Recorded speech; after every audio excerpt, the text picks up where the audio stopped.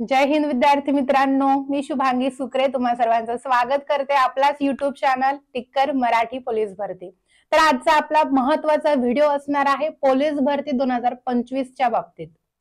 बऱ्याच विद्यार्थ्यांना काही शंका कुशंका आहेत भरतीबाबत। मग ते एक दोनच नाही अशा सांगण्यासारख्या बऱ्याच गोष्टी आहेत। त्यातलेच काही उदाहरणं जर काही घ्यायचे प्रश्न म्हटले तर बऱ्याच विद्यार्थ्यांना असं वाटतंय की 2025 ची भरती होईल का?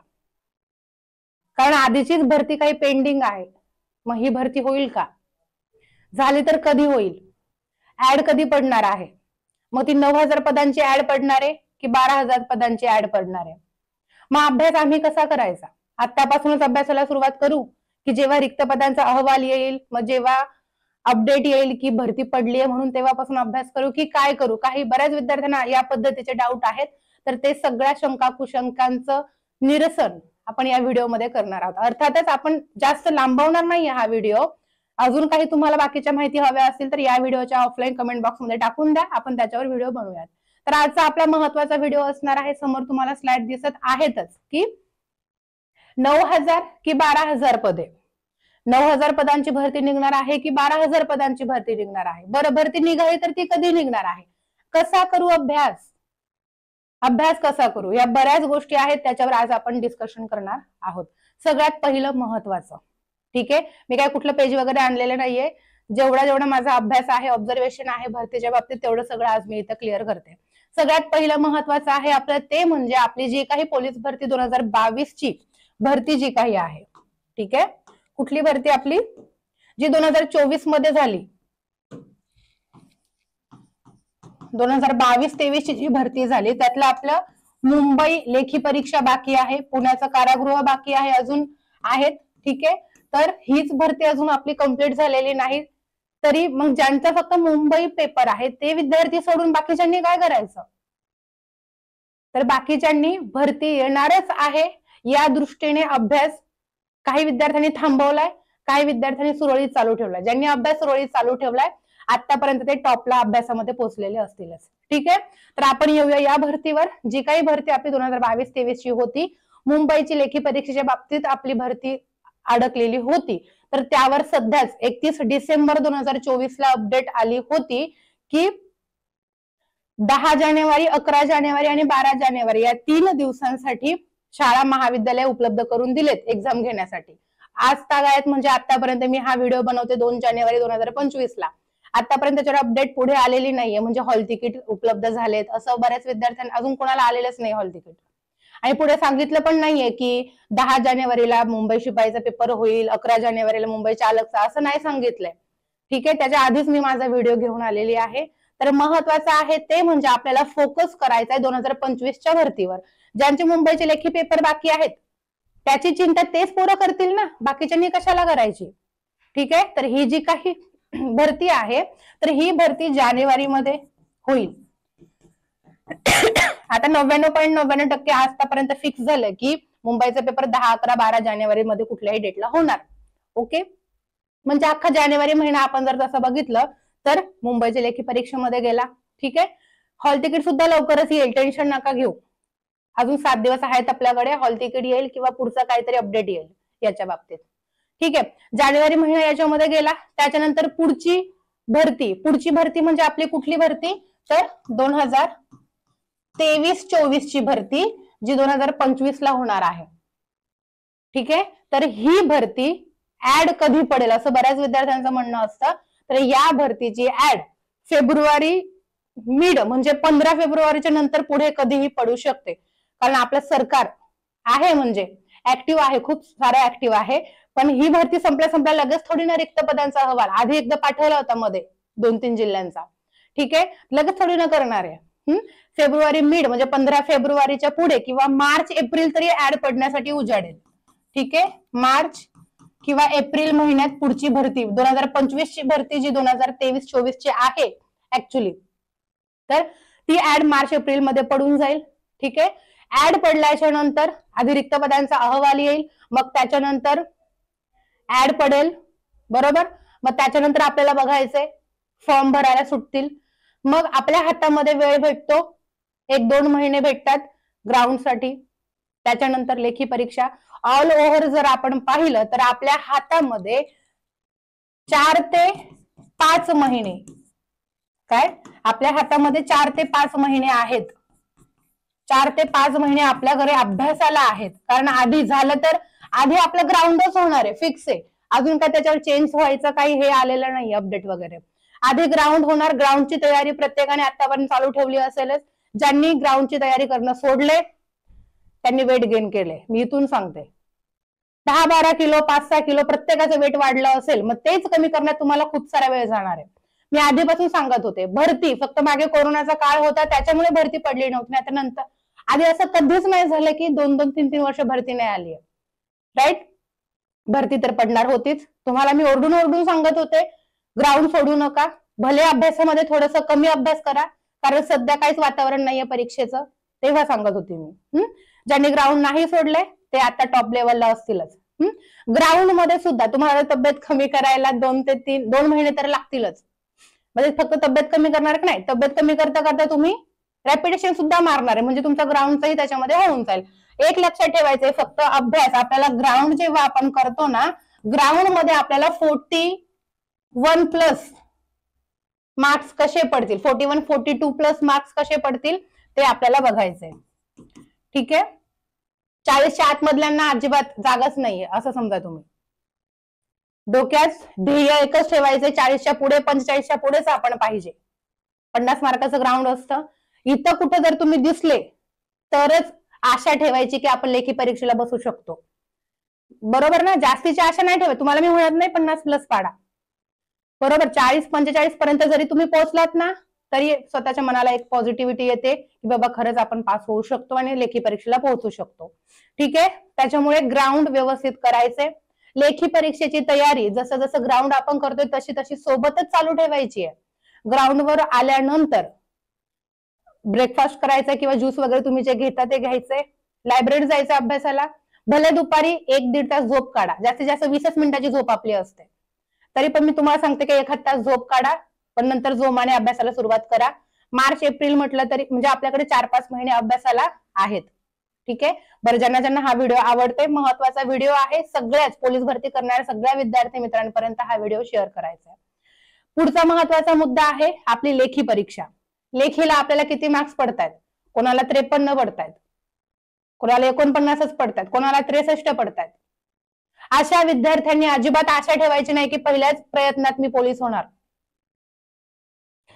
75-80 मार्क्स पडणारे सुद्धा आता वेटिंगला आहेत 2021च्या भरतीला, 2022च्या भरतीला. तर आपण कुठंच नाहीये ना त्यांच्यामध्ये. त्यामुळे लेखी परीक्षेचा अभ्यास वाढवायचा आहे. अभ्यास करता करता तुम्ही रोजच्या रोज बेसिक कन्सेप्ट ज्यांच्या क्लिअर आहेत, सगळ्यात महत्वाचे बेसिक कन्सेप्ट क्लिअर करायच्यात. कारण कसाही प्रश्न फिरून फिरून विचारला गेला तरी कन्सेप्ट क्लिअर असल्यावर आपण लॉजिक लावून उत्तर सोडवतो. त्याच्यामुळे कन्सेप्ट क्लिअर करायच्यात. रोजच्या रोज PYQचा अभ्यास करायचा आहे. प्लस अतिसंभाव्य प्रश्न. फक्त PYQ येतात पेपरला असं नाही. PYQ 25-30% रिपीट होतात. बाकीचा पेपर हा नवीन म्हणण्यापेक्षा बाकीच्या जिल्ह्यांमधले जे प्रश्न आहेत ते या वेगवेगळ्या जिल्ह्यांमध्ये फिरत राहतात आणि काही 10-15% प्रश्न प्रत्येक भरतीमध्ये नाही म्हटलं तरी नवीन असतात. त्यामुळे आपल्याला ऑल ओव्हर सगळ्या दृष्टीने अभ्यास करायचा आहे. ठीक आहे. लेखी परीक्षा तुम्हाला 80+ मार्क पडले पाहिजेत. लेखी जर तुम्ही सोडवताय 80+ पडले तर तुम्ही पाण्यातून वर आले असं समजा, नाहीतर आपण कुठंच नाही. ग्राउंड मध्ये 45, 41, 42 पडायलाच पाहिजेत आणि लेखी परीक्षेमध्ये 80+ पडायला पाहिजे. तरच आपण ह्या भरतीमध्ये तग धरू शकतो असं स्वतःच्या मनाला सांगायचंय आणि जरा निवांत राहायचंय. म्हणजे अभ्यास प्रॉपर चालू ठेवायचा आहे, टेन्शन नाही घ्यायचंय फक्त. ठीक आहे. महत्वाचं आहे. आणि बऱ्याच जिल्ह्यांमध्ये आपण यावर्षी पाहिलंय की जास्तीत जास्त फोकस हा आपल्या चालू घडामोडीवर दिलेला आहे. करंट अफेअरवर जास्त भर आहे. त्याच्यामुळे करंट अफेअर्स रोजच्या रोज व्यवस्थित करायचे आपल्याला. बरेच टेलिग्राम चॅनल आहे, तिथे रोजच्या रोज करंट अफेअर्सवर अभ्यास घेतला जातो. काही क्वेश्चन वगैरे पाठवले जातात तर ते व्यवस्थित करा. किंवा एखादं पुस्तक असेल मार्केटमधलं ते पुस्तक घ्या महिन्याचं वगैरे, करंट अफेअर्स असतं ना ते घेऊन टाका, पण करंट अफेअर्स व्यवस्थित करा. ठीक आहे. ग्राउंडची तयारी जोरदार चालू करायची आपल्याला. ठीक आहे. आता हिवाळ्याचे दिवस चालू आहे, बरोबर का? फेब्रुवारी उजाडला नाही अजून उन्हाळा म्हणायला. ठीक आहे. तर थंडी वगैरे आहे तर आपला स्टॅमिना आपल्याला टिकवून ठेवण्यासाठी व्यवस्थित प्रॉपर डाएट फॉलो करावा लागेल. त्या पद्धतीचं डाएट नाही हा, उपाशी वगैरे राहायचं, एवढंच खायचं आणि तेवढंच खायचं, अजिबात नाही. भरपूर जेवण करायचे, पोटभर जेवा, भरपूर ग्राउंड करा. दोन्ही इक्वली असलं ना तब्येत वाढणार ना काय होणार, आणि रनिंग मध्ये तर टॉपला असाल मग. ठीक आहे, तर डाएटच्या भानगडीत अजिबात पडायचं नाही, फक्त हेल्दी फूड खायचंय. आणि प्रत्येकाला माहितच आहे की आपण जेव्हा ग्राउंडला जातो तेव्हा काय काय कुठले कुठले पदार्थ खातो. हे ऑलरेडी मी मागच्या वर्षी एक व्हिडिओ बनवला होता, त्याच्यात सांगितलं होतं मी. ओके, महत्वाचं. आणि रॅपिटेशन रोजच्या रोज मारायचंय. रोज नाही मारलं तरी तुम्ही अल्टरनेट डेला मारू शकता, आणि आठवड्यातून एकदा स्वतःला रिकॉग्नाइज करायचंय, स्वतःला ओळखायचंय, टायमिंग काढायचंय. फक्त रॅपिटेशन मारून फायदा नाही. जेवढे पोरं असतील ना ग्रुपने पळायचं, रॅपिटेशन मारायचंय. किती टायमामध्ये आपलं 1600 मीटर मुलांचं कम्प्लीट होतंय, मुलींचं 800 मीटर किती टायमामध्ये कम्प्लीट होतंय ना, हे टायमिंग काढल्याशिवाय आपल्यामध्ये आपलं नेक्स्ट टाइम आपण प्रोग्रेस नाही करत. नुसतंच येण्यासारखं पळतोय म्हणून पळायचं नाही. ठीक आहे, पळायला तर आपण तिथे पण पळेल, पण टायमिंग मध्ये यायला पाहिजे ना. तर हे महत्वाचं आहे.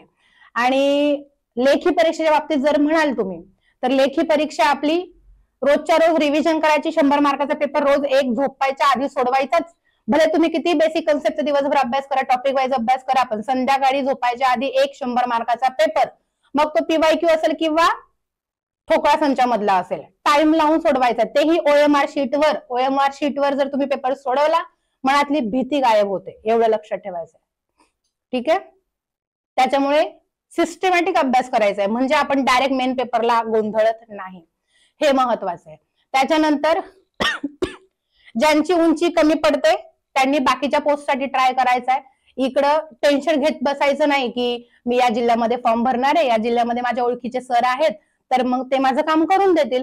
कारण मुलींना 155 सेंटीमीटर उंची असते आणि मुलांना 165 सेंटीमीटर, बरोबर ना, तेवढीच असते. तर अर्धा 1 सेंटीमीटर मुलींची काही कमी भरते, पण त्यांना असं वाटतं की आपलं काम होऊन जाईल, मग ते वेगवेगळे प्रकार अवलंबतात ते वगैरे. अजिबात आपल्याला असं काही करायचं नाही, रिस्क घ्यायची नाही अजिबात आपल्याला. जिथे आपली उंची बसते ना तिथे त्याच पोस्टसाठी फॉर्म भरायचा आहे आणि पॉझिटिव्हली अभ्यास करायचा. नाही तर इथं आपण फॉर्म भरतो आणि डोक्यात तेच टेन्शन असतं एका कोपऱ्यात. नाही म्हटलं तरी एका कोपऱ्यात तेच विचार चालू असतो, माझी हाईट बसेल की नाही, मला बाहेर काढलं तर मी काय करू. त्याच्यामुळे फ्रीली अभ्यास करायचा. ज्यांची उंची वगैरे बसते त्यांनी व्यवस्थित अभ्यास करायचा आहे. आता पुस्तकं आपली आहेत, आपण भरमसाठ पुस्तकं वाचतो. हे पुस्तक वाचून झाले, या सरांचं पुस्तक वाचून झाले मराठी व्याकरणाचं माझं, आता मी दुसऱ्या सरांचं किंवा त्या मॅडमचं वाचायला सुरुवात करतो. अजिबात नाही. 17 पुस्तकं एका विषयासाठी वापरायची नाही. एका विषयासाठी एकच पुस्तक, मग तेच पुस्तक 17 वेळा वाचा, असं माझं म्हणणं आहे. ठीक आहे, त्यामुळं जे योग्य मार्गदर्शन ज्याच्यामध्ये भेटतं तेच पुस्तक तुम्ही युज करायचंय. खूप वेळा जेवढं तुम्ही वाचाल, अख्खं पुस्तक तुमचं एक दिवस असं होईल की तोंडपाठ होऊन जाईल. आणि तोंडपाठ जर पुस्तक झालं तुमचं, प्रश्न कसाही विचारू देत तुम्हाला, भले तो त्या क्वेश्चन आन्सर मधला नसेल तरीही तो प्रश्न तुम्ही जेव्हा सोडवता तेव्हा तुम्ही डोक्यामध्ये लॉजिक एक तुमच्या तयार होतं, तर्क अंदाज लावून तुम्ही त्या प्रश्नाचं उत्तर सोडवता. कधी सोडवता येईल तुम्हाला, जेव्हा तुमचा सगळ्या दृष्टीने त्या प्रश्नाचा अभ्यास झालेला असेल तेव्हाच. हे कधी शक्य आहे, एकच पुस्तक 17 वेळा वाचल्यानंतर शक्य आहे. 17 म्हणजे फक्त 18 वेळा वाचू शकत नाही असं नाही, खूप वेळा वाचायचं एकच पुस्तक. एका विषयासाठी खूप पुस्तकं न वाचता एकच पुस्तक खूप वेळा वाचायचंय. ठीक आहे, आणि त्याच्यानंतर आपल्या ज्या काही चुका होतात अभ्यासामध्ये त्या चुका आपण काय करायच्यात, ओळखायच्या. चुका जर ओळखल्या नाही त्याच चुका सारख्या होत राहणार. एका साईडने आपल्याला जेवढे मार्क्स पडतात तेवढे मार्क्स आपण डोक्यात ठेवतो, पण बाकीचे उरलेले मार्क्स का गेलेत हे ओळखायला शिकायचंय. चुका जर ओळखल्या तरच त्या सुधारता येतात. ठीक आहे, महत्वाचं आहे अभ्यासामध्ये सातत्य ठेवायचंय. आज अभ्यास केला, मग 4 दिवसांनी पुस्तक उघडलं, मला काहीच आठवत नाही, मग आपण याला त्याला कमेंट करतोय, मॅडम मी खूप अभ्यास करते पण माझ्या लक्षातच राहत नाही, काय करू. अरे सातत्य ठेवायचं अभ्यासामध्ये, कंटिन्यू. भले तुम्ही टायमिंग कमी करा ना, ज्या दिवशी अभ्यासाचा मूड नाहीये ना, भले तुम्ही अर्धा तास अभ्यास करा, पण करा, त्याला महत्व आहे. कंटिन्युटी, सातत्य अभ्यासामध्ये ठेवायचंय. 4-5 महिने जर तुम्ही प्रॉपर स्टडी केला ना, वर्दी तुमच्या हातातून कोणीच हिसकावून घेऊ शकत नाही. फक्त सातत्य पाहिजे, योग्य ट्रॅक पाहिजे अभ्यासाचा. पोलीस भरती करतोय आणि MPSC लेवलचा खोल अभ्यास करतोय, काय फायदा. ठीक आहे, तर या सगळ्या गोष्टी आहेत त्या लक्षात ठेवायच्यात. घरी अभ्यास करू शकता तुम्ही किंवा लायब्ररीत जाऊ शकता. ठीक आहे, कुठेही अभ्यास करा, पण संध्याकाळी डोळे बंद करायचे आतमध्ये. डोळे बंद करणं आपल्या हातात आहे, पण डोळे उघडायचं की नाही हे त्याच्या हातात आहे. जस्ट आठवलं म्हणून सांगते. हा, डोळे बंद करायच्या आधी एकदा आठवायचे की आपण आज दिवसभर काय केलं. हे जोपर्यंत तुम्ही शोधणार नाही तोपर्यंत तुमच्या सुधारणा होणं इम्पॉसिबल. रोज झोपायच्या आधी विचार करायचा आहे की आज आपण काय केलं, कोणाला मारलं, कोणाला हाणलं ते नाही बरं का. अभ्यासामध्ये किती तास अभ्यास केला, काय अभ्यास केला, आपण सॅटिस्फाईड आहोत का एवढा अभ्यास केल्यानंतर, की अजून गरज आहे आपल्याला थांबायची. या सगळ्या गोष्टी रोज रात्री झोपतायच्या आधी एकदा आपल्याला काय करायच्यात, आठवायच्या आहेत. ठीक आहे. आणि महत्वाचं सांगते, जास्त मोठा व्हिडिओ बनवत नाही कारण तुम्हालाही खूप सारा अभ्यास करायचा आणि मलाही तुमच्यासाठी खूप काय करायचंय. ठीक आहे. शेवटचं सांगते,